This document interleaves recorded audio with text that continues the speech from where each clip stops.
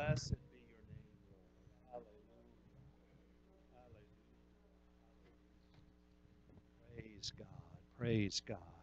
Amen. Well, you can be seated. Does anybody have your cell phone? You have your phone? Anybody? Can you, you probably don't have it. I wanted to play the prophecies from last night. Shelley, do you have it?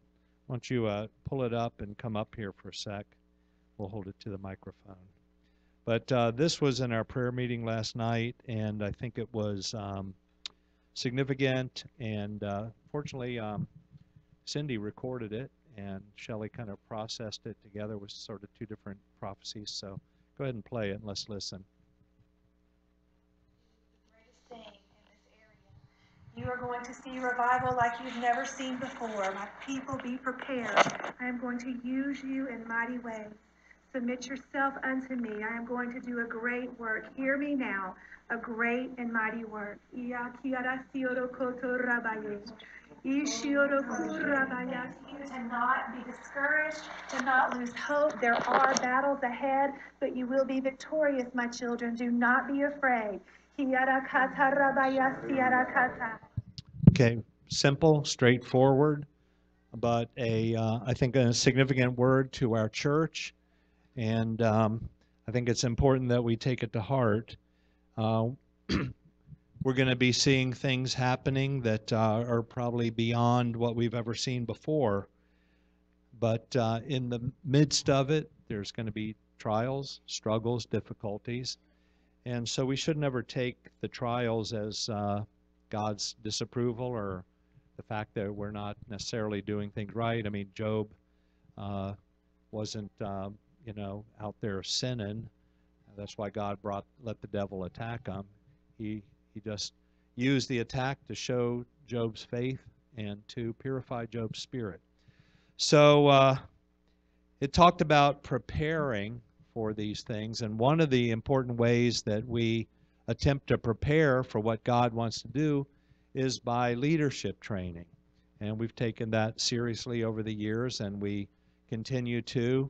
And many of you, if most of you, not quite all, but many of you are involved in our home leadership training home groups. And they've been focused mostly on home group leadership, but we've kind of expanded that to just include all types of leadership. And so we're going to continue meeting in the homes and the configurations that we've had, but we are periodically going to have everybody come in here and meet corporately to just talk about things that we might feel are of interest across the board, and also to invite in other people, because we're always interested in who is interested in leadership.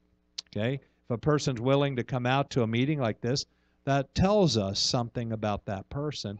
And on the other hand, if a person is not willing to come out to a meeting like this, that tells us something about the person as well. So we appreciate you all being here, and I'm going to launch here, and then Brother Steve is going to speak for a little bit, and Brother Jamie will wrap it up, and we'll see if we can get done by 8:30 or so. I wanted to start, though, with the topic of initiative. I want to begin by reading a verse from a couple of verses from Exodus 14. This is just prior to the Israelites passing through the Red Sea. And it says, "And Moses said to the people, 'Do not be afraid, stand still and see the salvation of the Lord, which he will accomplish for you today. For the Egyptians whom you see today, you shall see again no more forever.'" What a powerful statement of faith. What a reassurance to the people that God's in control. But then and he goes on to say, "The Lord will fight for you, and you shall hold your peace." You just stand back, be quiet. God's going to fight for you. Then the very next verse says, "And the Lord said to Moses, 'Why do you cry to me? Tell the children of Israel to go forward.'" Doesn't it seem sort of like a contradiction? Moses is making this very strong, affirmative statement about the Lord is going to prevail here, and then the next thing the Lord is telling Moses, "Why are you crying to me?" And I think what he's saying there is that he's saying, Moses, this is not the time for prayer. This is not the time for you to be telling me about all your shortcomings and all your weaknesses. This is the time for you to step up in behalf of your people. This is the time for you to show some leadership. This is the time for you to take initiative and tell the children of Israel to move forward, to move toward their salvation. Now, I recently ran across an article that's called Ministering to an Ineffective Leader, and it lists 5 causes, common causes for ineffective leadership. So I'm not going to talk about all of them, but I'll just read the list. The first is a lack of training.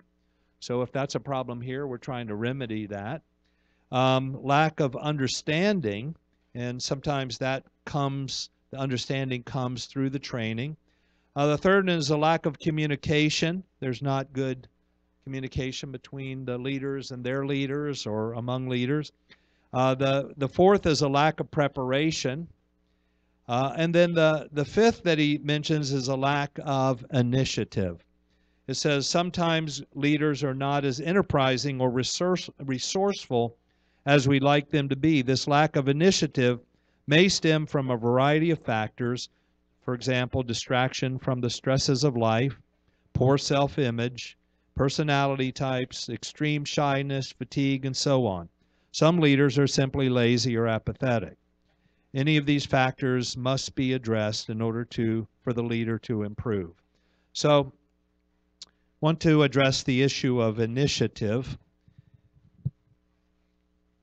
The meaning of initiative, as defined by dictionary.com, is number 1, an introductory act or step, leading action. And for example, to take the initiative in making friends. Okay, so it's initiating a friendship. The second definition, readiness and ability in initiating action.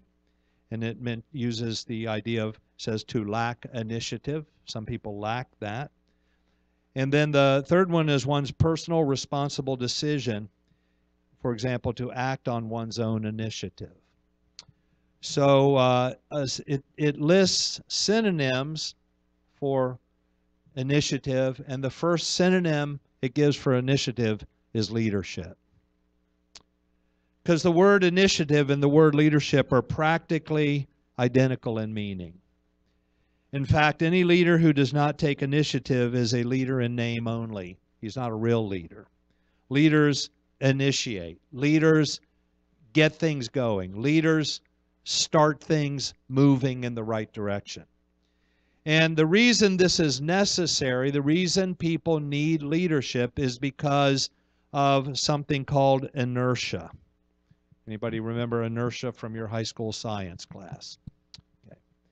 Inertia is the inherent property of a physical body that makes it oppose any force that would cause a change in its motion.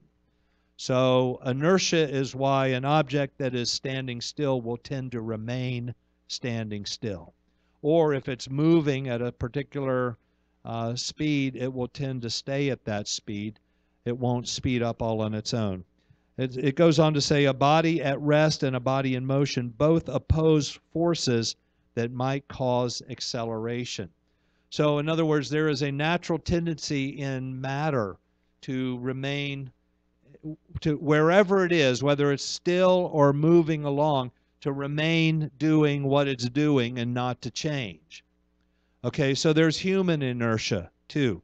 In human beings, inertia is the tendency to stay where you are. It's the tendency to resist movement. It's the tendency to accept the status quo.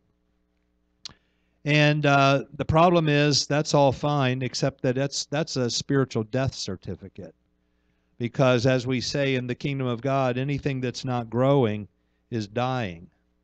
If it's not moving forward, it's moving backward. And so it is very important that we as believers overcome whatever sort of human inertia is working in us. The only thing that can overcome inertia is an outside force that's strong enough to compel movement or acceleration. Now, when it comes to people, that force is called leadership. Let me give you a few of my favorite definitions of leadership. Leadership means going before others and showing them the way. That means that a good leader has to know where he's going and must be able to persuade others to go along with him. But it starts with you got to know where you're going. Where are you leading people to? Leadership is the ability to influence others to accomplish certain purposes, but you got to know what the purposes are. Any leader that has no positive influence with people is, again, a leader in title only. You're not really a leader if you don't have any influence with people. Leadership is like the engine on a locomotive. It's the force that gives direction and forward movement to a group. And that means that leadership is inherently power. Leadership is power. But that's not a bad thing. It's a necessary thing. Leadership brings energy and it brings possibility to a group that might otherwise remain stagnant and lifeless. Leadership takes people to places where they might otherwise never be able to go on their own. And I think my favorite definition of leadership, leadership turns vision into reality. I've done a lot of traveling. And when I go to a place that I've never been to before, I like to have a guide. I just find it a whole lot more enjoyable than trying to find my way around in a place that I don't know. I'd rather have somebody familiar with the territory, so I don't waste a lot of time just trying to get to the next place.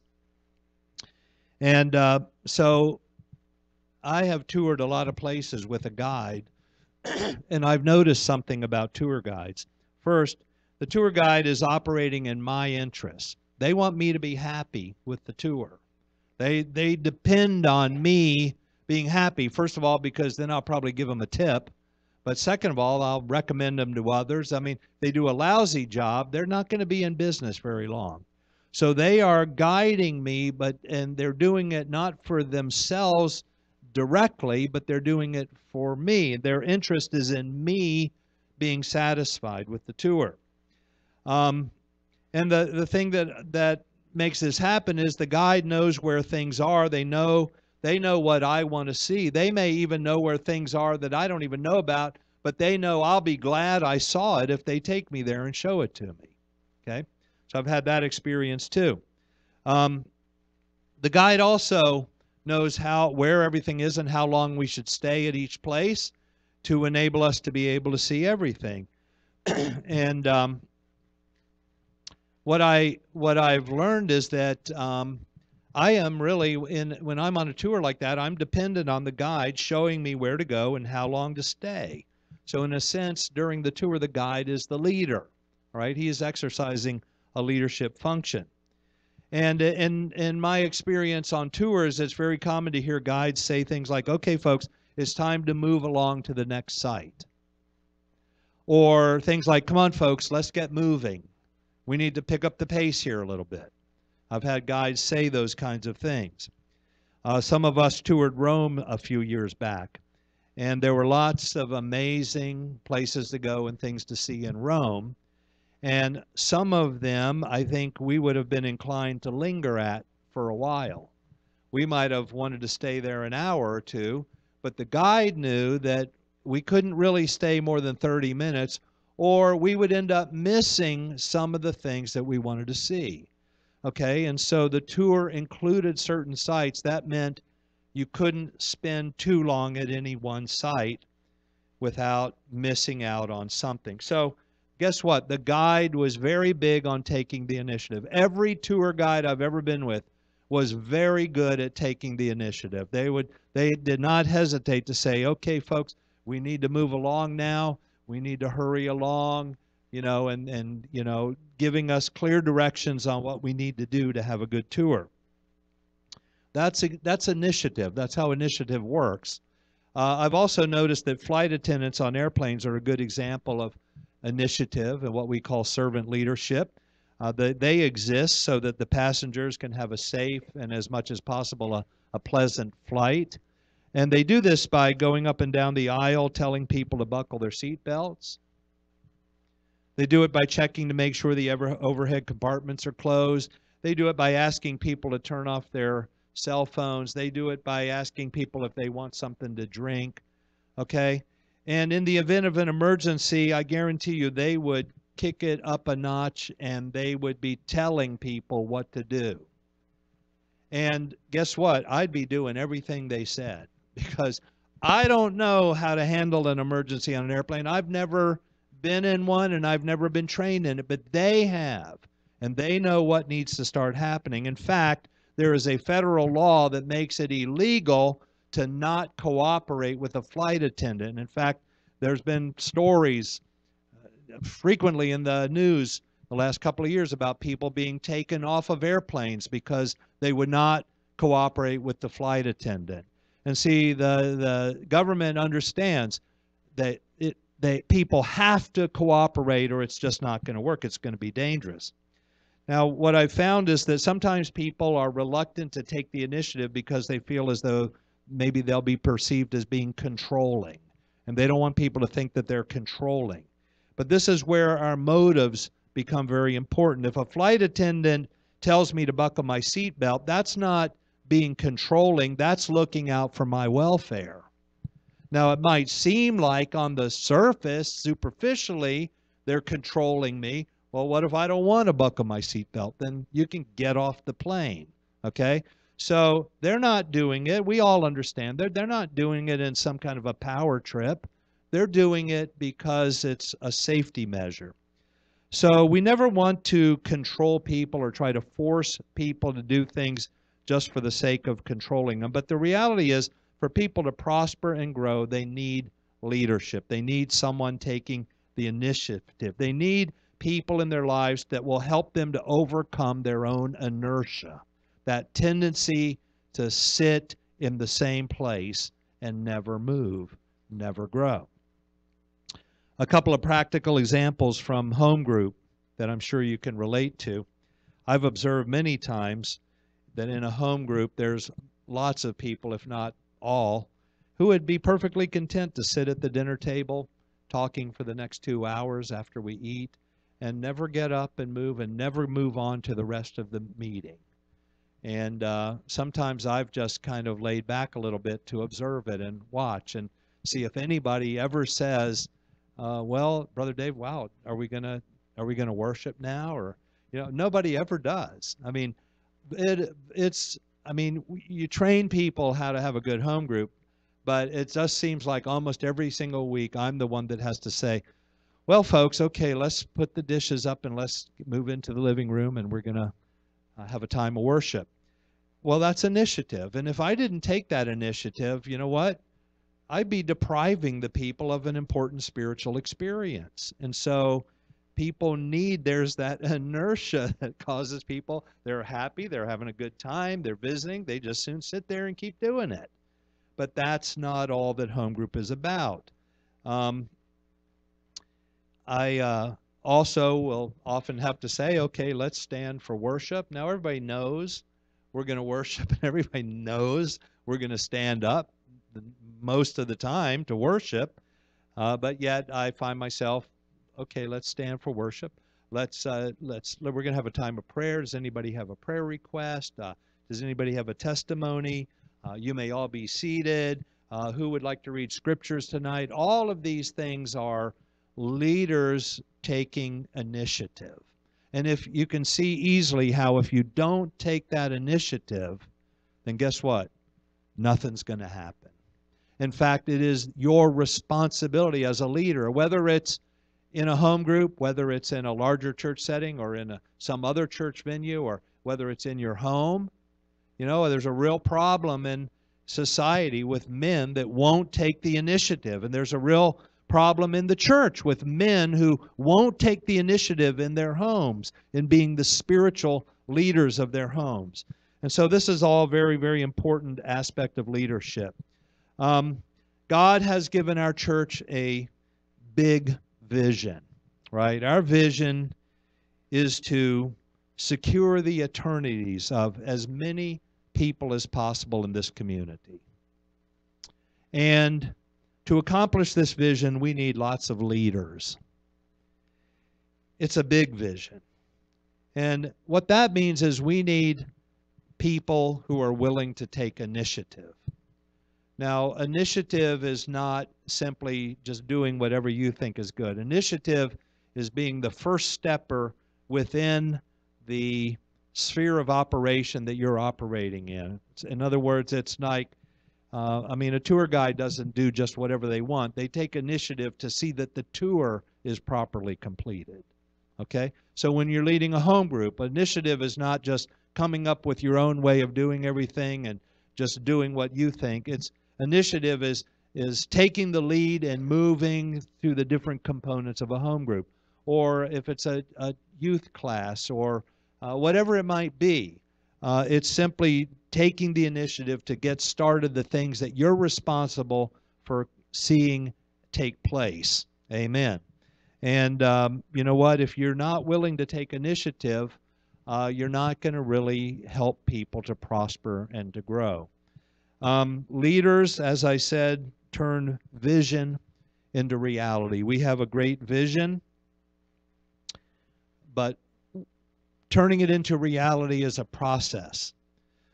And that means that leaders cannot be passive, cannot be apathetic, cannot be indifferent, cannot be self-serving, and cannot be lazy. Leaders must take the initiative. As Brother Steve prepares to come, I just want to finish by going back to the Red Sea. Some of you have heard this before, but according to Jewish tradition, when the people stepped up to the water and God parted the water, it now fell upon someone to take the lead, to be the first one to step into that water, that tunnel through the water. And according to Jewish tradition, it was a man named Nahshon. The Bible doesn't say it was him, but that's the Jewish tradition. And so that was a scary thing. Okay, nobody had ever done this before, nobody ever seen this before. But Nahshon, they say, took the lead, was the first one to step. He took initiative. And when he did, the entire body of people followed him. And we do read about Nahshon in the Bible. In fact, he's in the lineage of Jesus Christ. He was a leader of the tribe of Judah. Judah was the tribe that camped right outside the gate of the tabernacle when they dedicated the tabernacle, and the different tribes came to basically do their part in the dedication. The first one that came was Nahshon, representing the tribe of Judah. He was a first stepper, he was an initiator, he was a leader, and he's considered a hero among Jewish people. Amen. We need to be Nahshons. Amen. Brother Steve?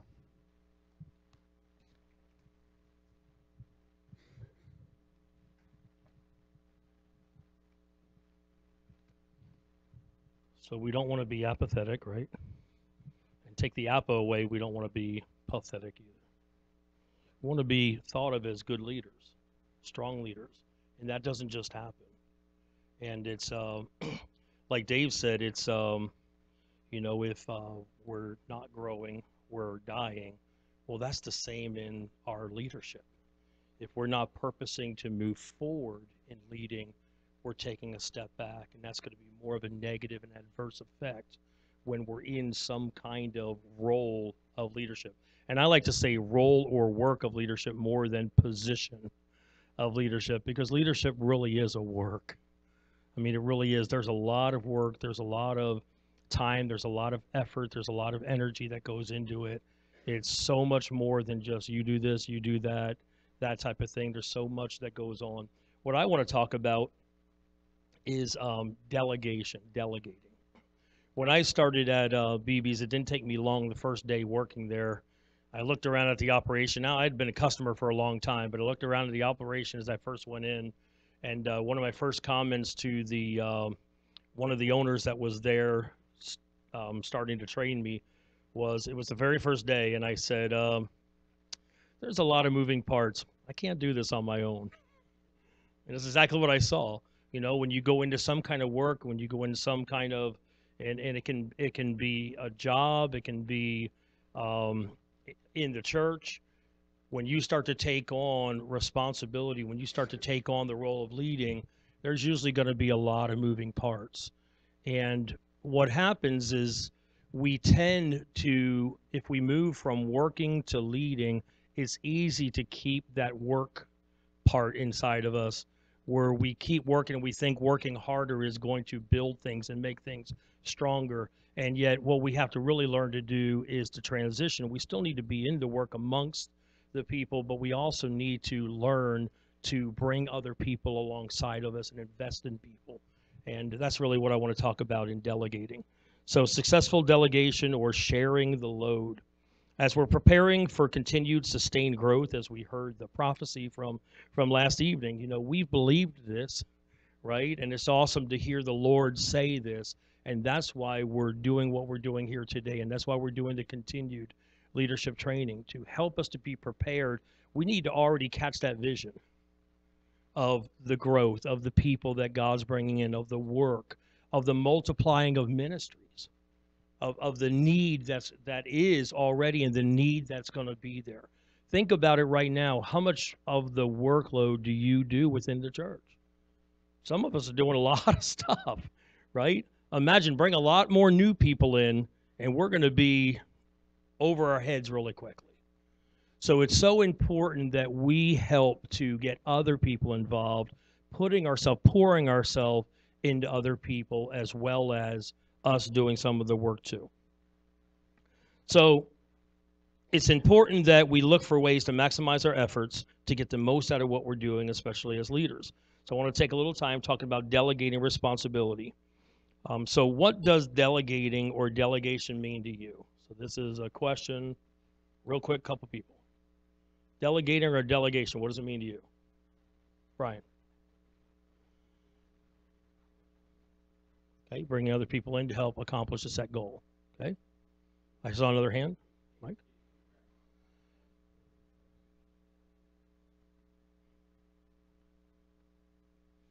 Would you be my mic person?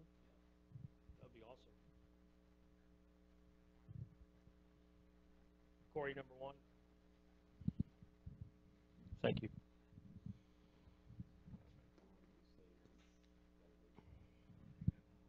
Oh, bringing people in to accomplish a set goal. So I think of delegation as giving someone the responsibility that you would have taken, choosing them to be your representative, to embody you. Good. Good. One more. What I heard was an action passed is an action completed. That's probably not the right definition. Somebody else had their hand up? Okay. And these are good definitions. And oftentimes when you think of delegating, most people think of delegating a task. But delegation can be much more than that, and it can be responsibility. And that's really important, because when you delegate a task, here, I want you to do this, that's usually a one-time thing. And then you're back on your way, but has it really developed that person? And it might have aided you for the moment, but is it really aiding you for the long run? So delegating responsibility can be very powerful. So Wikipedia says delegation is the assignment of any responsibility or authority to another person to carry out specific activities. It's one of the core concepts of management leadership. Okay, I think that's a pretty good, pretty solid definition. So it's not just a task, but it's giving with it responsibility. Now, that doesn't mean you gave that responsibility and you no longer have it. Yeah, exactly. You still have it, but you're sharing that out. And that can be very powerful. So, question is, what keeps many leaders from delegating or successfully delegating? What would be some of the things that would keep leaders from delegating? Raise your hand, because we have the microphone. We got Brother Huston back here. We're up here. I was going to say control. You're handing control to somebody else, and somebody that doesn't like having control out of their hands. All right, as the old Family Feud would say, ding, ding, ding, number one answer. I'm thinking because you feel like you can do it better and quicker than anybody else could anyway, so you may as well do it yourself. Ooh. Anybody ever use that? Anybody ever think that? It's so much easier for me to do it just myself. Take less time, take less energy, right? And probably is. It probably is. It takes a lot more effort and a lot more energy to delegate When you're talking about delegating a task, when you're talking about delegating authority, responsibility, it takes more time because you're needing to communicate. You're needing to make sure it's clear. We heard about that already, clarity. You're needing to make sure that they know exactly what the expectation is, putting the end out there in the beginning. And it takes time to do that, and then to watch and to make sure that it's being followed through with. It can be so much quicker and easier to do it ourselves. But is it helping us to grow? Is it helping others to grow? Is it helping to bring other people in to the fold of what we're doing? I was going to say lack of leadership in following through with the guidance that needs to be done, that the project was completed and done to the fulfillment of what needed to be done. Yeah, so not only is it easier for me to just do it, nobody's going to do it like I'm going to do it, right? They won't do it quite like I'll do it. And that can be our thinking. I already know what my expectation is. I already know how it should be. And that's not, a diss on anybody saying that they can't do it as good as I can. But that can be our thought going into something. They're not going to be able to do it quite like I would do it. It's easier for me to just do it. Okay? These are very good statements, not good thoughts, not good ways of thinking, but this is the mentality that we can have as leaders, and that's the thing we want to wipe off the board today. We want to get rid of those excuses. We want to throw those things out and recognize that when we train, when we develop, when we pour ourselves into people, there can be great fruitfulness that will come forth. And in fact, imagine yourself pouring yourself into one person who then pours themselves into one person who pours themselves into one person. You have multiplied yourself. That's very powerful. And each person then that you're working with can continue to do that. That is very powerful. You just made yourself threefold, tenfold, whatever it is, because a lot more is able to get accomplished by that time that you were willing to take versus doing that thing on your own. Anybody ever feel stressed? Raise your hand. Okay, good. Some of you don't. That's good. That's good. Anybody ever feel overloaded? You're overloaded, overwhelmed with your workload? Okay. You ever feel like that in your home? Right? Especially the ladies and Stan. Just kidding. You ever feel like that in your workplace? Feel like that in the church? Sure, sometimes we can feel overloaded, right? And so the principles here that we're talking about, in talking about initiative and talking about delegation, and then when Jamie comes up, these are things that we can apply everywhere. These are things that we can apply leadership in the home. These are things we can apply leadership in our workplace. These are things that we can apply leadership in the church. If you work on your own, there's only a limited amount that you can do, however hard you work. Anybody have more than 24 hours in a day? Anybody stay up for all 24 hours every day to utilize all that time? No, we don't, because we need sleep time, and there's other things, and there's all kinds of work and things to be done. But we all have 24 hours, so we are limited with what we can do no matter how hard we work. We only have so many hours in a day, and there's only so many tasks that we can complete in those hours. There's also only so many people that you can help by doing these tasks. So in other words, we can only help and affect so many people by the tasks and the things that we're doing. And because the number of people that we can help is limited, our success is going to be limited. We're only going to be able to do so much. However, if you're good at your job, if you're good at what you do, people will usually want more from you. Can I get an amen? Right? Who do people pick to do tasks and jobs and give more responsibility? Busy people, performers. That's right, to the busy people, to performers. How much more a need for us to learn to delegate. We can take on responsibility, we can take on things, but to learn to delegate that. Okay? On the positive side, it's great that we're given tremendous opportunity to be able to do things, but it's also important that we learn how to be able to handle all the things that come on our plate. Obviously, it's important that we prioritize. Sometimes we might need to say no to things, but we can also use delegation.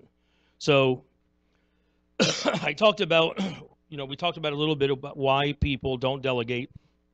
And one of them is it takes a lot of upfront effort.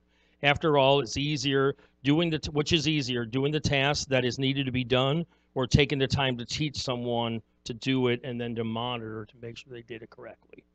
Well, I think we would all say that is to just do the task. And are they going to do it the way that we want them to do it? So here's a scenario. You're leading an upcoming event. You know the content inside and out. You know what the event is. You know what the event's going to be about. You need a flyer created to be able to hand out. Are you going to do the flyer, or are you going to get somebody to do it for you? What's that? Get somebody? How many people are just going to do that flyer? Okay, probably going to be a lot of people that actually will do it if it's a task that you think, I can do this. I have the skill to do it. We're going to go ahead and try to knock it out. And you know what? That's all well and good. But the question is there somebody else that can do that flyer? Because you're heading up this event, you probably have a few other things on your plate at that time, right? So the question isn't whether you have the ability to do it. The question is whether it's wise for you to do it and to put that time, effort, energy into it. Or can you take that time, effort, energy, and bring somebody else into it? Well, you might say it would take more time to bring somebody else into it because I'm going to have to explain it. I'm going to have to write details. I'm going to have to be clear. I can just do it. And that might be true, but that would be for maybe 1 or 2 times. And imagine once you connect with somebody and get them doing it ongoing, that can be something off your plate. That all you need to do is take a look at it, review it, maybe make a couple of revisions, or, hey, this is great, or, hey, would you mind consider doing this? And it takes so much off your plate then. That's good delegation. So on the surface, it seems easier for us to do than to explain what we want in that flyer. But, there's 2 reasons that it's probably better to delegate. I think I said them here, but I'm going to repeat this. First, there's probably a few other areas of preparation attention that you would have in an upcoming event, some in which you may be able to delegate and some that you probably couldn't delegate, that you would have to do. Use your time wisely. Second, by meaningfully involving other people in the project, you develop those people's skills and abilities. This means the next time a similar project comes along, you can delegate the task with a high degree of confidence that it's going to be done well. And you now have other people involved. So proper delegation allows you to make the best use of your time and skills, and it helps other people in the team grow and develop and reach their full potential as well. And that's really, there's a twofold. It helps you in what you're doing, but we're helping to invest in others. My assistant manager at work, she does a great job in certain areas. She's very skilled. And when she first came on, she worked in what was called the salvage area, and that's all the liquidated type of stuff that we got in. And she's very knowledgeable. And now she's an assistant, but that's really she's good at a lot of things, but that's really her strong suit. Well, we had a need for a new leader. We call them area leaders, which is a distribution delegating of responsibility throughout the place. And we had a need for somebody, and I tapped her to be the one to pour herself into 4 people. So we looked at 4 people that we thought were potential candidates for this position that we had working there. And she began to pour herself in, and it was unbelievable the effect that she was able to have by focusing her time. She was doing a lot of the work herself, but there's only so much you and I can get done when we're doing it ourselves. When she began to pour herself into other people, she began to multiply her efforts. Did it take time? Yes. Did it take effort? Yes. Did it take having to go back and correct some things at times? Yes, absolutely. But it was really neat to watch and see how these individuals, especially 2 of them, begin to flourish. And now we have 2 very strong leaders, one that we have in a leader position and one that is a backup for that individual, that has made it so she's able to be freed up and do other things than an assistant manager does. So it's just really neat to see how when we're willing to pour ourselves into others, identify who are good candidates, right? It's important. Part of delegating is identifying good candidates, but then be willing to spend the time to invest. You know, how does that apply to home group leading? You're leading a home group. You can do everything yourself. You can teach the lesson every week. You can lead it. You can facilitate it every week. You can make the assignments for the meal every week, or you can share those things out. And again, delegating doesn't mean you don't have responsibility. Delegating means you still have the oversight. You haven't lost that, because somebody needs to maintain that. But it means you have more people helping in the leading and the helping of the moving of whatever area that it is. So when to delegate, I have a few things here. Delegation is a win-win when done appropriately. However, that does not mean that you can delegate just anything. To determine when delegation is most appropriate, there are 5 questions to ask. 1, is there someone else who has or can be given the necessary information or expertise to complete the task? So it's looking, is there somebody that can do this? You could probably do everything, but is that what's best? So is there somebody else that can do it? And don't be too critical.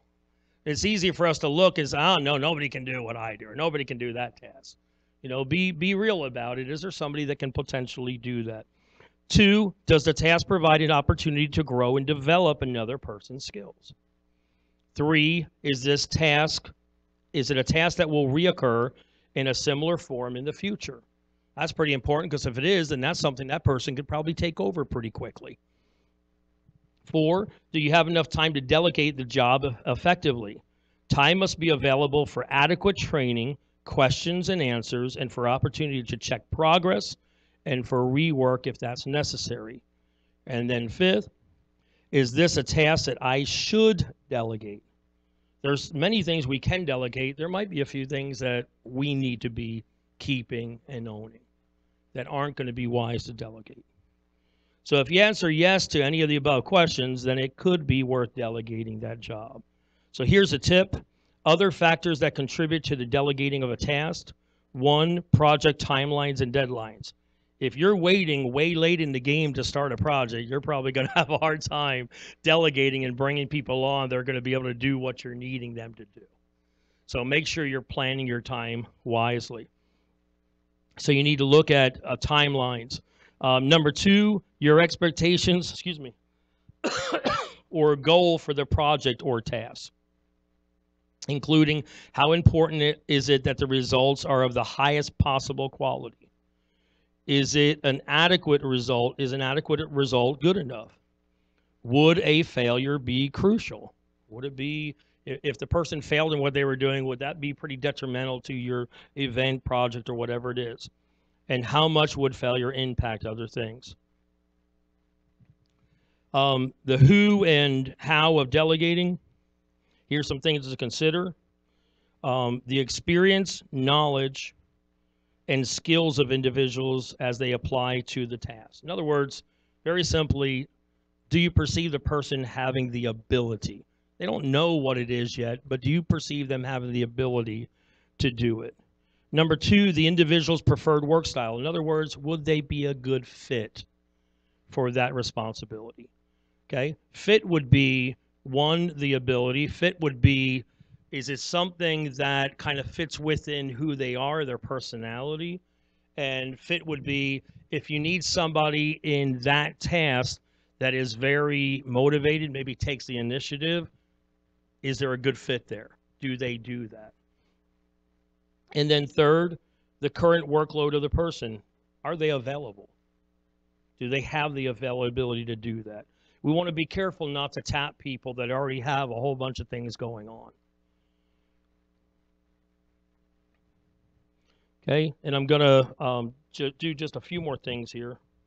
And then I'm going to hand it over to Brother Halsey.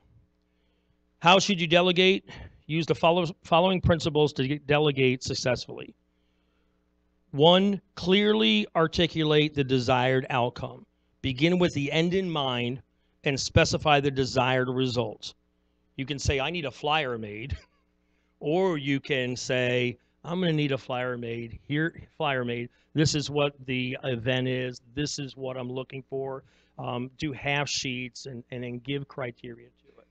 The more that you lay it out and explain it and then have them explain it back to you, the less frustrated you'll be when they give you the first copy of it back, first draft. Number two, clearly identify constraints and boundaries. Where are the lines of authority, responsibility, and accountability?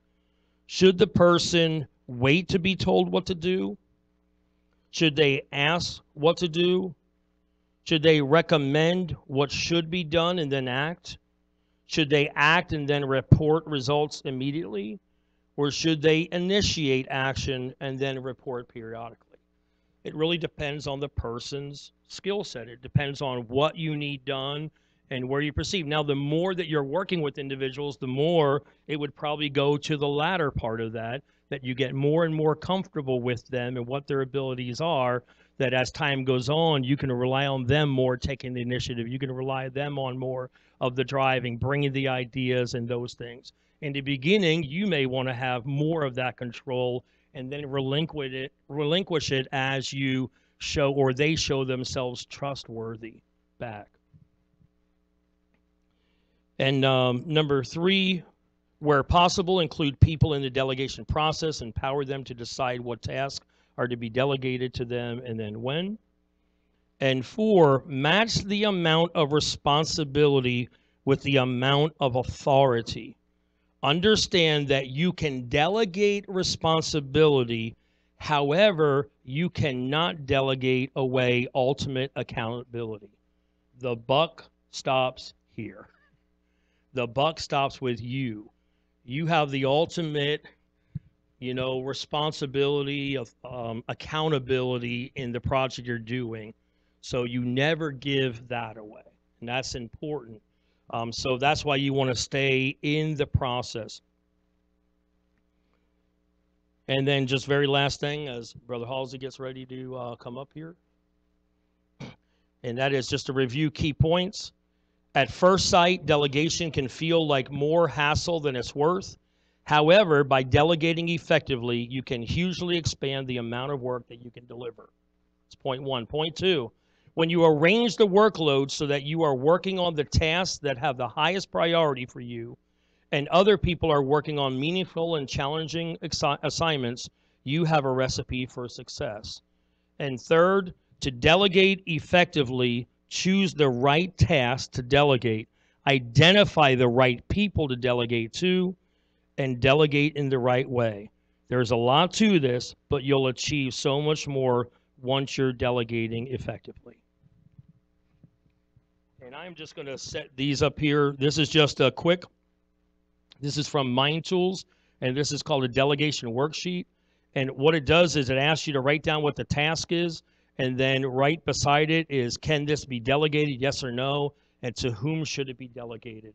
And it's just something as a starting place to look at the things you're doing, write down some of the different things that you're doing right now as a leader, and are these some things that in maybe now or maybe in the process of time that I can be looking to delegate to others. And part of what I wanted to say here real quick is, we're talking about you as leaders delegating, but we're also talking about it's important to each one of us to understand things that have been delegated to us, right? Each one of us, we're leaders, and responsibility has been delegated to us. It's important that we keep our end of it as well.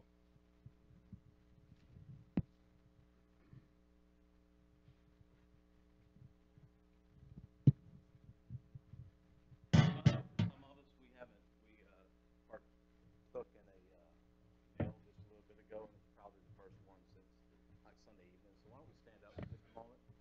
Because what happens is your blood heads to your stomach and start digesting that food that you haven't had in a couple of days, which it should, which is a natural process of your body. So let's just offset that for a moment and kind of wiggle your shoulders and get your blood flowing in other places Yeah, great way to do that. Lift your hands and let's pray. Jesus, I love and I praise you. I praise you, God. You are worthy, Lord. I pray that the things we learn, Lord, help us and cause us to grow in you, Lord. Lord, I love you. I praise you, oh God. I magnify you, my God. Hallelujah. Thank you, Jesus. Amen. You may be seated. Notice I didn't say take 5 minutes because it takes 15 minutes to get everybody back when you give them a 5-minute break. Do you know you use 9% more of your brain when you're standing versus sitting? You do. So I work for DLA, work for Department of Defense Logistics Agency, and we have the big cheese in our organization. It's called the CIO, and her name's Miss Cutler.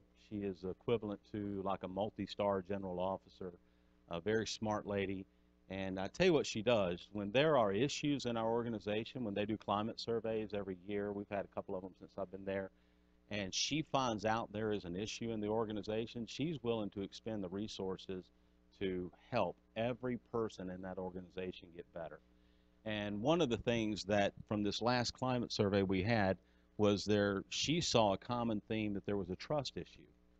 And so she hired a guy, and every person in DLA goes through this training. I just went through this last week.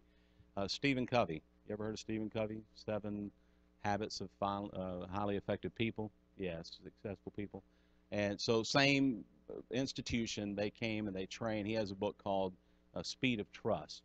And so with that, I was in this class last week, and I learned a lot of good stuff. One of those is that you use what I say, 9% more of your brain when you're standing versus sitting. The other thing is there's no such thing as multitasking. Did you know that? It's proven that human beings cannot multitask. We just do not have that ability. Do you know that they have done research, and the average attention span of a human being, do you know how long it is? 3 seconds, 5 seconds? You guys are hard on us. 8 seconds is the average attention span of a human being. Now, I don't know how they did this, but you know what the average attention span of a goldfish is? 9%, 1% more than us. I don't know, maybe they wiggled something in front of the goldfish and saw how long. How many people here trust Jesus wholeheartedly with your whole life? Okay, so we're not going to talk about trusting Jesus anymore. We've already established that all of us trust Jesus. So now we're going to talk about you and I and our trust. How many people here trust everybody you know? We had one in the back. That's only because these parents are here. How many of you, and you'll have to raise your hand, just think about this for a minute. How many of you trust everybody in our church? You have to raise your hand. How many of us trust everybody, not just in our church on a Sunday morning, but I'm talking about those people that you're close to? How many let's break it down to this level. How many of you trust everybody in your home group? Don't raise your hand. Think about that for a moment. Now, if we were to take a survey and we got those results back, I could imagine that we would be maybe a little shocked. If we were to ask just a few questions like that, we would find out, no different than in my organization I work in, which is a very highly effective. You can think what you want to about the government. I work in a very highly effective organization within the government. Can't speak for all of it, but I can tell you that the organization I work for is a strong organization with great leadership. But there are issues. And I would imagine that with us, if some of us got down to a certain point and we said, yeah, but at some point in that, I would imagine that all of us thought at certain level we can't trust somebody else. Would you agree with that? So I want to talk a few minutes about us trusting others and them trusting you, because if I was to ask, if we were to take all the people in our church and I was to say, do a survey, do you trust Elizabeth? Do you trust Michelle? And everyone answered honest. I would guarantee, if I said, do you trust Jamie, Dave, Steve, pick a name. I'm not just saying these two. The percentage would not be 100%. I don't believe on any of us in this room. It wouldn't. So the issue is that we have, whether we want to acknowledge it or not, a trust issue. Now, I realize that some of that comes from our past. I realize there's all kind of things that feed into that trust issue. But we as leaders should desire, make it our effort for people to trust us. We should do deliberate things for people to trust us. Let me ask you this question. How many people here want to be trusted? How many people here that if we ask that question, that 100%, you would want 100% to come back and say, I trust Jamie, I trust Elizabeth, I trust Michelle. You'd want that 100%. I think we all do. I think it's important. It's important to have that trust, that people would trust us. When I say like they trust Jesus, you understand what I mean. I'm not, there's a different level of trust. That's salvation. But I'm talking, some people have a problem just trusting maybe some of our words that we're going to get something done that we said we're going to do.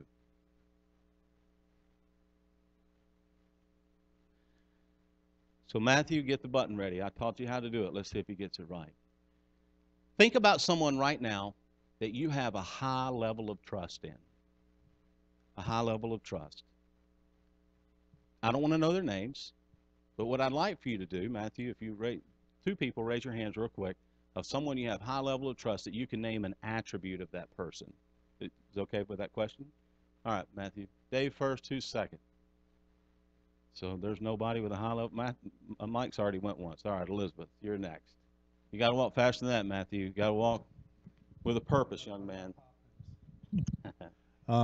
Reliability. Reliability. Elizabeth? You're Matthew, but she's Elizabeth. Honesty. Honesty. You know, one of the things that I'm learning in a class that I took is that sometimes we want to protect the bad news, but we want to share the good news. And it's just as important to share the bad news as it is the good news. You win trust and respect with people by sharing the bad news. Dave mentioned something earlier. When you do something good, the other person normally tells an average of about 1, maybe 2 people. When you do something bad, that average goes up to about 8. Bad news travels fast. Think about that in your own life. When somebody does something good for you, how quick are you to share that versus when someone faults you or does something wrong, how fast, or it's a human nature thing, how much more are we willing to share that? Let me tell you what Steve Epler did. Another teaching for that. So now the opposing that, someone that you know that you have low trust in. So we established high trust, a couple of good attributes. Someone that you have low trust in. What are some of the attributes of people that you have low trust in? 2 people besides someone that's answered already. You've already answered. Ron? One more. Who's my second one? Ruthie. Man, Ruthie had her, I saw a hair flicker on her head. You're next. No follow through. No follow through? Matthew? Go to my second volunteer, Ruthie. Selfishness. Selfishness. Is it easy to trust somebody that's selfish? It's not. They only have what? Take off the ish. They just have their self in mind. Stephen Covey, in this book, he wrote that culture eats strategy for breakfast. Culture eats strategy for breakfast. So what does that mean? Instead of going around for the sake of time, I'm just going to tell you, we can strategize about ways that we're going to advance the church, that we're going to create a level of trust, that we're going to do these things. But if the culture that our church has is not that produces and that is trusting, then we can strategize all day long what we want to do, but the culture will eat that. Does that make sense? So now imagine this. Let's say that we are establishing that culture of trust. Now we have all kind of people that come in that are sitting in your home group, or you're leading a Bible study, you're doing something. Imagine that the culture that they just came out of. We need to be aware of this. And we think, Jamie, good guy, Elizabeth, good girl, You're just right here, so I'm just picking on you, okay? So that you should just trust me because I've got the Word of God. I've got this knowledge. It doesn't work that way.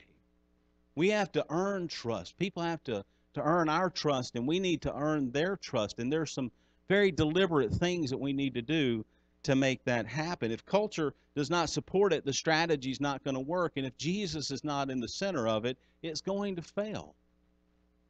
See, our job is to not necessarily, we want people to trust us. Please don't take what I'm saying wrong, but ultimately we want people to trust Jesus. And as they trust Jesus more, then an attribute, a byproduct of that is, then they will start to heal and they'll start to trust more. But I would present to you that there's some of us in this room that have been in church. I'm looking around, none of us have been here less than probably 3, maybe 4 years in church, that we still raised our hand, or you didn't raise your hand, but I can see it on your face, that there's still that trust issue that exists in you. And I'm not talking about unsafe people. I would argue that most of the people, if not all the people sitting in your home group, are somewhat safe. There may be a few that's not. But I would argue that even if we took a survey of the people sitting in this room with the whole trust thing, that it wouldn't be at 100%, it would be less than that. And I think everybody in this room is safe, is a safe person. So my point is that we as leaders have to foster and have to work on, and I'm going to talk about that in just a few minutes, trust. So the Merriam-Webster's definition of trust says assured reliance on the character, ability, strength, or truth of someone or something, and it has a sub-definition, one in which confidence is placed. So you're placing your confidence in someone else. Covey defines trust this way. He said, confidence born of the character, so confidence born of the character and the competence of a person or an organization. So these two words, character and competence. Long ago, and my wife's in the nursery and she can hear us, I made sure the speaker was working. Long ago, Renee said, I was going to get my hair cut in the Army, when I was in the Army. She said, we got those clippers, I can cut your hair. Now, do I trust her character? Absolutely I do. Why wouldn't I trust her character? So she cut my hair, and now you can imagine where the story is going to go from there. I ended up getting on my bicycle, riding to the PX, and paying the lady an extra tip to fix my hair. She had the character, but she didn't have the competence to go with it. Now, I trusted her with my whole hair, with my head. What's that? But so I heard of another story at this training that I was at. There was a dentist down in D.C. This guy that's training, his wife works for the federal government as an FBI agent, like doing all kind of secret criminal investigation stuff. But her whole life, she's never had a cavity. She goes to the dentist. She comes out, and the guy says, "You're going to have 3. You have 3 cavities that's going to need to be filled." And he said, she just kind of played it off and said she went out to the reception area and she said, "Ma'am, man," he said, I have 3 cavities. I've never had a cavity." And said the lady leaned and she said, "Look," she said, "go get a second opinion." She said, "This guy is doing this with everybody." Come to find out, she didn't know who she was talking to, Miss FBI secret agent looking for fraud. So she goes, "Okay, thank you," just left, went looking into this guy. Here this guy is creating all these fraudulent cases to get money. So maybe even sometime with your dentist, you need to go get a second opinion. If you're not known for cavities and all of a sudden you have them. He had the competence to do what he could fill cavities. That's his profession. But his character wasn't there. So therefore, when either of these two are lacking, do you think you're really going to have trust with someone?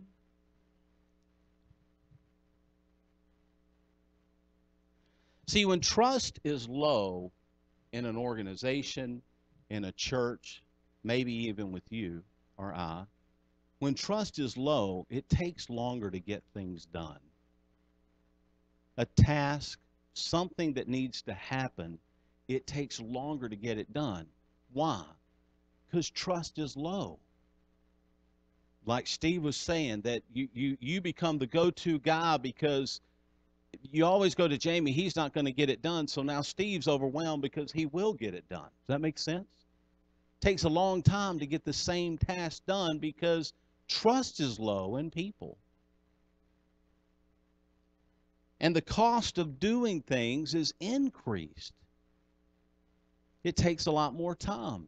If we were to do a dollar value to time and all that, it takes a lot more time. But when trust is high, what do you think? The time to get things done decreases. Because now I trust you. I know I can ask Karen and she's going to get it done. I don't have to worry about it or go back. I'm not saying we shouldn't have accountability in those things, but the problem is we have to ask ourselves the question, am I a benefit to what's happening, or am I a liability? Do people trust me to get things done, or do they avoid me because they know I'm not going to get them done? This is in church. This is in our job. But I want to tell you, sometimes we're highly trusted at our job, and we're not so highly trusted at church. Do you know why? Because every other Friday or every Friday, what happens at your job? You get paid for it. And see, sometimes we can't see. Dave preached an awesome message several years ago about the benefits of living for Jesus, the benefits package. See, sometimes because we can't put a monetary value on it, we don't see the importance of it, and we'll agree to something that we're not going to get done, and we know we're not going to get it done.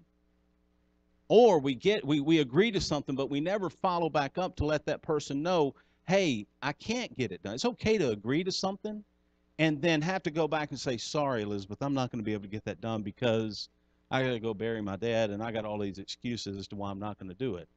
But at least wouldn't that make you trust me more to say, okay, now kind of releases me from it? You see, these are ways that we can help build the trust that we so desperately need amongst each other.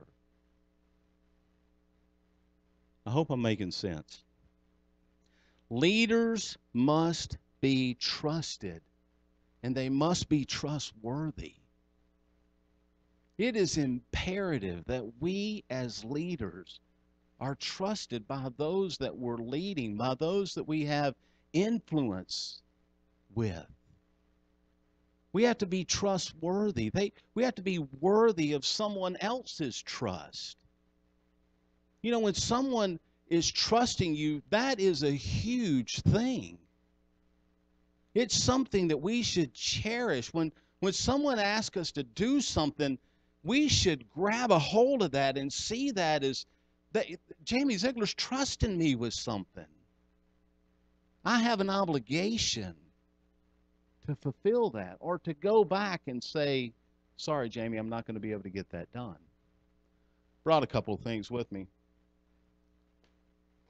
Start here, and a couple of folks in here will recognize this. By the way, here's The Speed of Trust. If you'd like to read the book, I have it. So way back, 1492, no, 93 to 2001, probably in 95, I went to what was called PLDC, which is Primary Leadership Development Course for the Army. And shortly after that, I got promoted to E5, a sergeant. And when I got promoted to E5, which is this rank here, the sergeant major gave me this because this is what's called the NCO Creed. And any non-commissioned officer has to memorize this and be ready to recite it at any given time when asked to do it. So I'm going to read it to you. Now, I'm going to read it to you because there's some things in here that were entrusted to me when I signed this. My signature, Thomas Williams, was the sergeant major, and here's William Thomas Halsey. Creed of the non-commissioned officer. No one is more professional than I. I am a non-commissioned officer, a leader of soldiers. As a non-commissioned officer, I realize that I am a member of a time-honored corps, which is known as the backbone of the Army.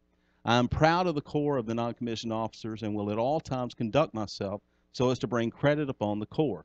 In other words, what you do matters, not just because of you, but because of the non-commissioned officer corps. The military service and to my country, regardless of the situation in which I find myself. I will not use my grade, which means my rank, or position to attain pleasure, profit, or personal safety. Competence is my watchword. My two basic responsibilities will always be uttermost in my mind: accomplishment of the mission and the welfare of my soldiers. I will strive to remain tactically and technically proficient. I am aware of my role as a non-commissioned officer, and I will fulfill my responsibilities inherent to that role. All soldiers are entitled to outstanding leadership. I will provide that leadership. I know my soldiers and will always place their needs above my own. I will communicate consistently with my soldiers and never leave them uninformed. I will be fair and impartial when recommending both rewards and punishment. Officers of my unit will have maximum time to accomplish their duties. They will not have to accomplish mine. I will earn their respect and confidence as well as that of my soldiers. I will be loyal to those with whom I serve, seniors, peers, and subordinates alike. I will exercise initiative by taking appropriate action in the absence of orders. I will not compromise my integrity nor my moral courage. I will not forget, nor will I allow my comrades to forget, we are professionals, non-commissioned officers, leaders. To this day, every non-commissioned officer that graduates, I think it's called like the warrior or whatever now, has to learn this and know this. It's entrusted that at any given time you're gonna know that. See, there's a lot of trust when you know why that's established? Because you're leading people. And it's important that there's a high level of trust. Here's another one. I'm not going to read it.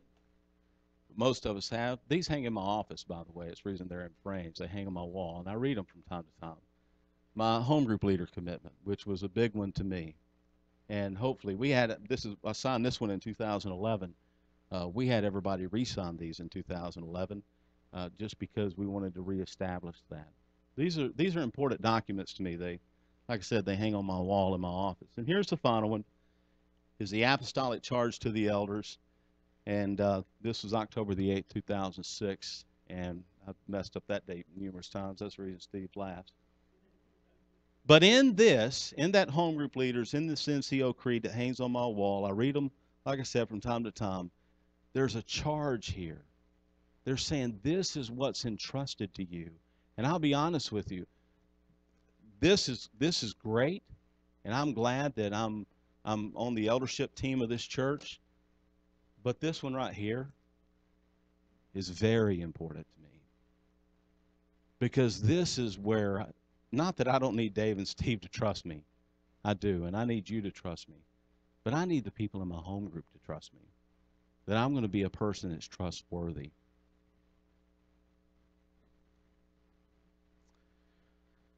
So, if trust has been broken, here's a process to restore trust.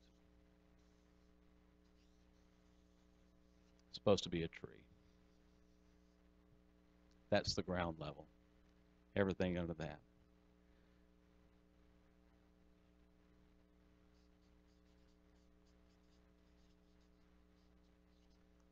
Integrity. The very first thing that we need to work on if trust has been broken is our integrity. What does integrity mean to you?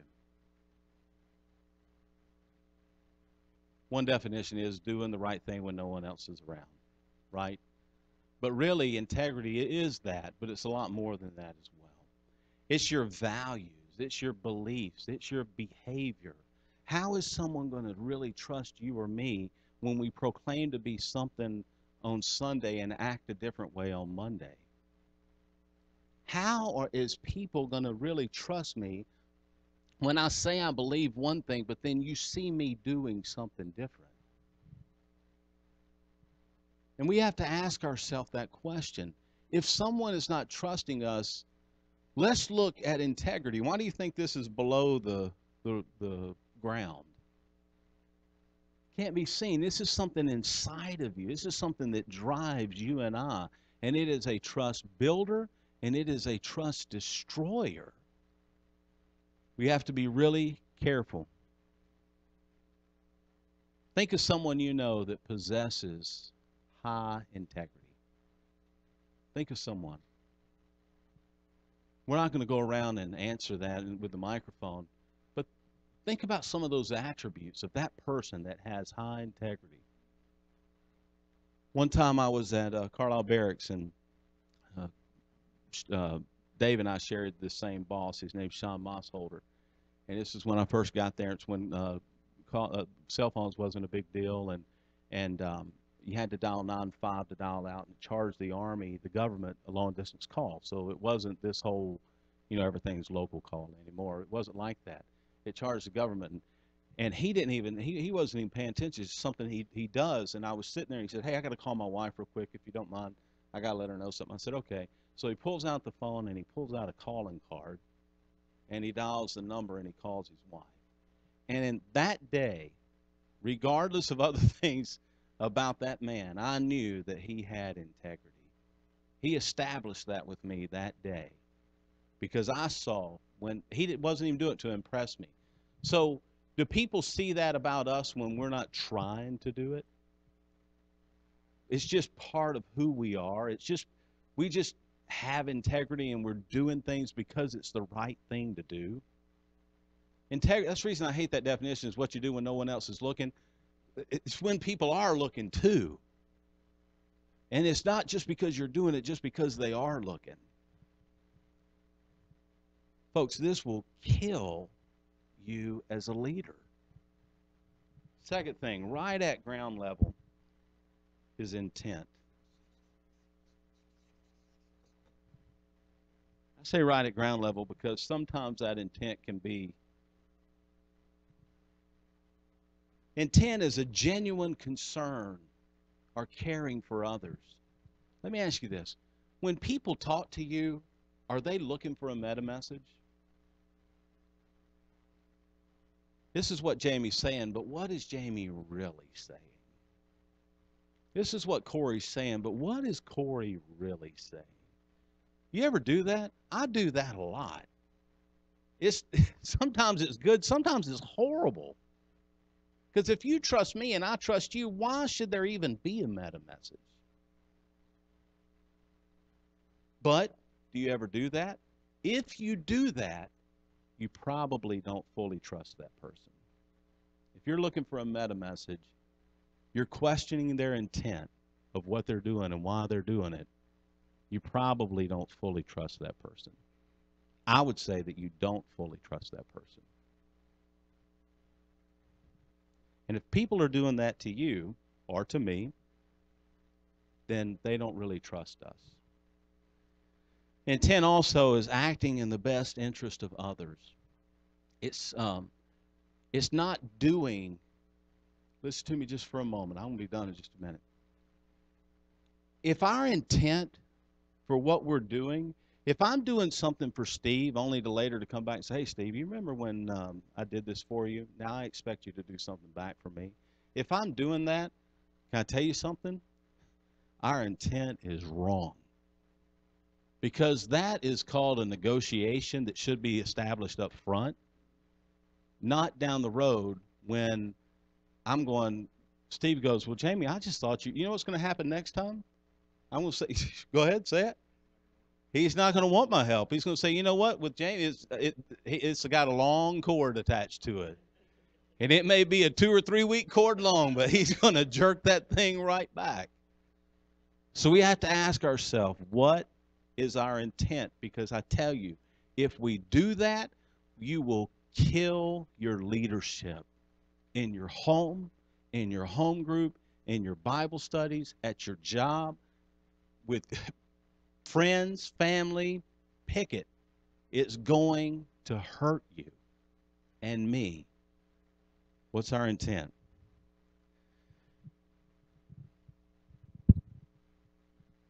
Finally, not finally, I got one more.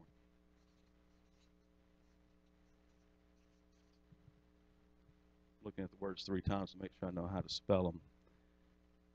All right, I'm good. Third thing is look at your capabilities. You know what breaks trust? Is saying you're going to do something and then not do it when maybe you're not even capable of doing it, but you agree to it.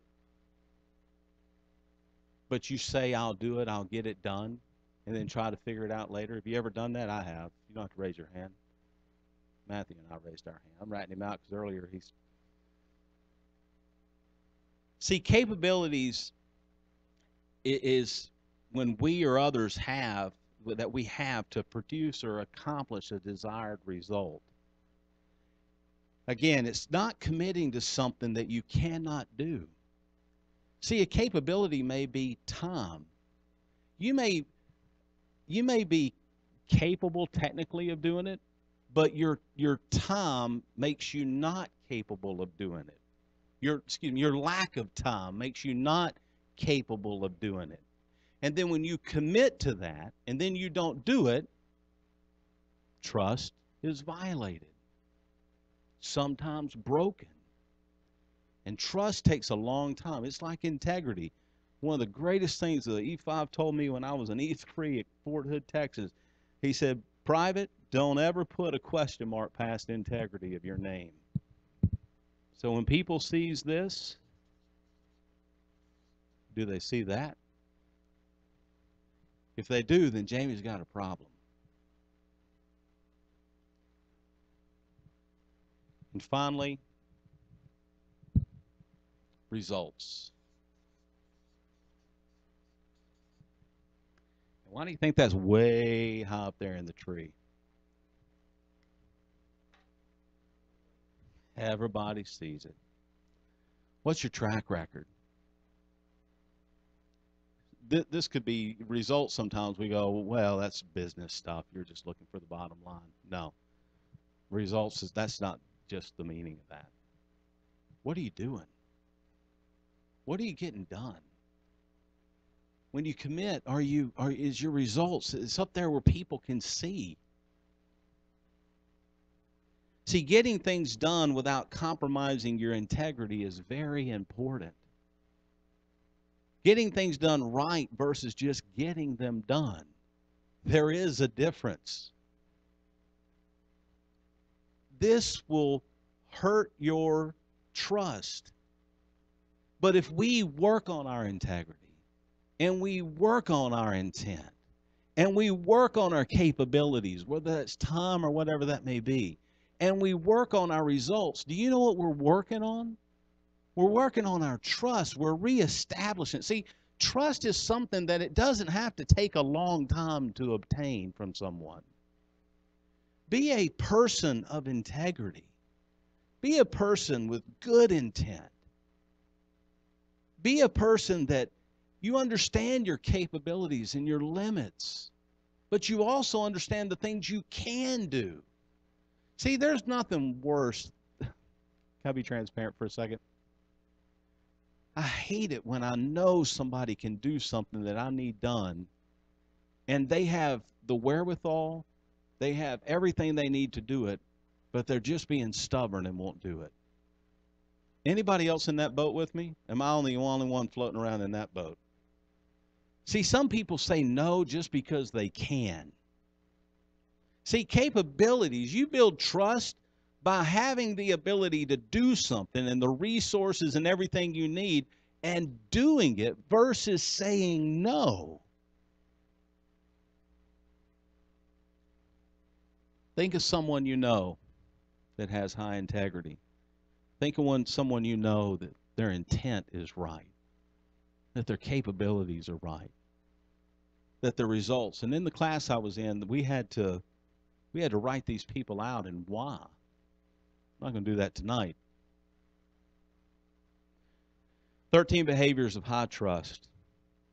People that have high trust, this is their behaviors according to Covey. Number one, they talk straight. They tell you like it is. It doesn't mean they're telling you off and telling you, but they're honest with you. Steve, I can get that done. Steve, I can't get that done. I know I committed to you, but I can't get that done. They're a straight talker to you. You're not listening for a meta message. Number two, they demonstrate respect. Number three, they create transparency. Number four, they right wrongs. Number five, they show loyalty. Number six, I know I'm talking fast. If you're right, and I'll give these to you. Number six, they deliver results. Number seven, they get better. If you want to be a person of high trust, get better. If any of these you question yourself, and when I was sitting there that day, I began to question myself on some of these things. I need to get a get better plan. Number 8, they confront reality. Number 9, they clarify expectations. Steve was talking about that just a little bit ago. 10, they practice accountability. 11, they listen first. This is one of his other ones, is listen first and then seek understanding, I think, something along that line. But they listen first. They're quick to listen versus just to give an opinion. They're not letting the spin machine run around in their mind. They're listening before they. You ever met someone and they start giving you an answer before you ever even finish telling them what you wanted? Don't you just love that? Don't you just want to just give that person a big old hug and say, "You're my best friend. I love it when you do this to me." Number 12, they keep commitments. And finally, they extend trust to others.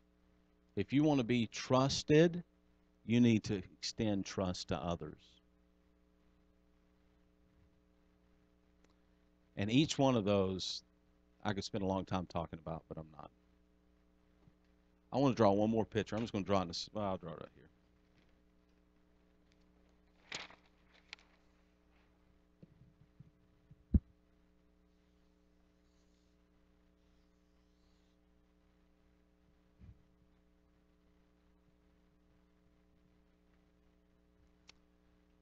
This is your circle of concern.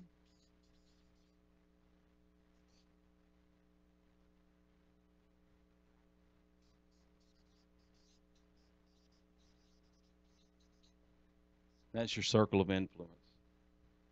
I'm just going to touch on this, and maybe I'll teach about it at some other point. Circle of concern, you have no control over this. None.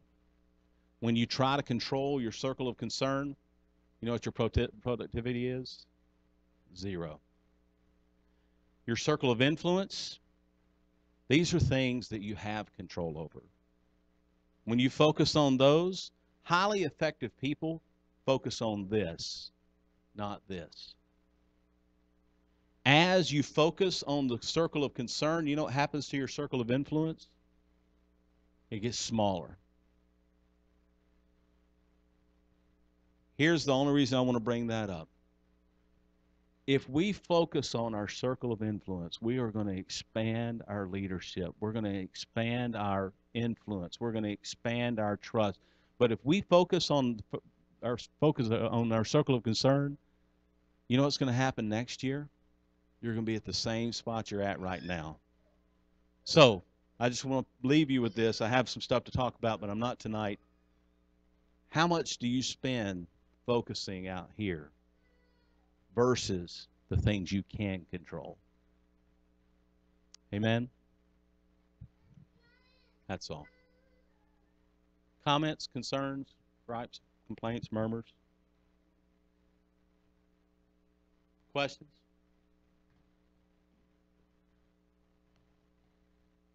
Stan, you look like you're... Oh.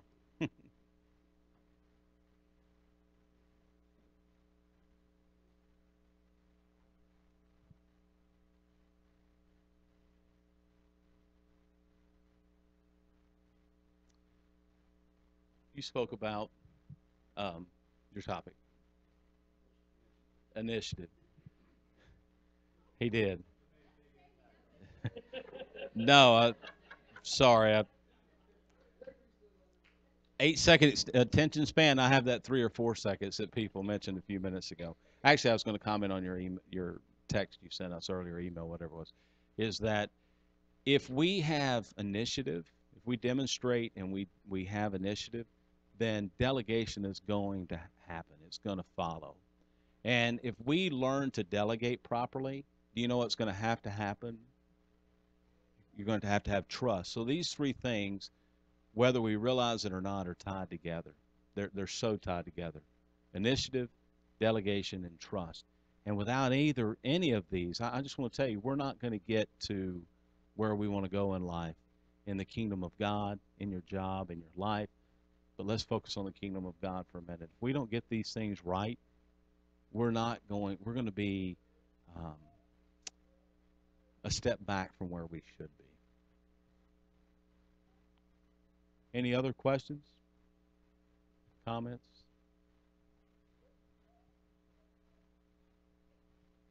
Now, don't go home and email or text or whatever everybody that you don't trust and say, I just want to let you know I was thinking about you tonight when I thought, who can I not trust, by the way, just so you're aware. Yep.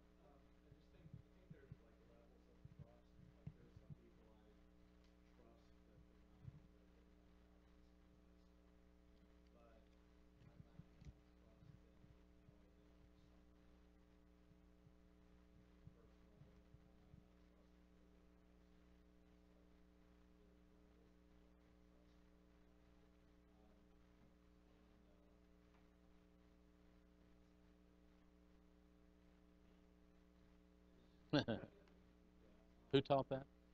Oh.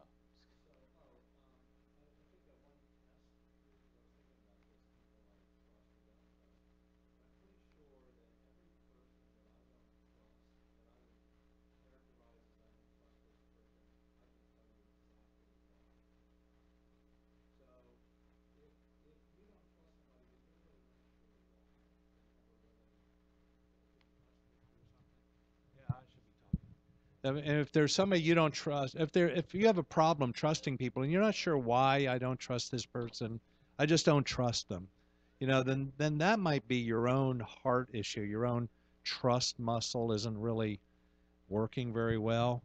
On the other hand, if there are legitimate reasons why we shouldn't trust some people, okay? And so one way to think about it is, why do I not trust this person? And if you can specifically name the reason, then I think that's legitimate distrust. On the other hand, if you really can't explain why, then maybe it's not that they're untrustworthy. You just have a problem trusting people.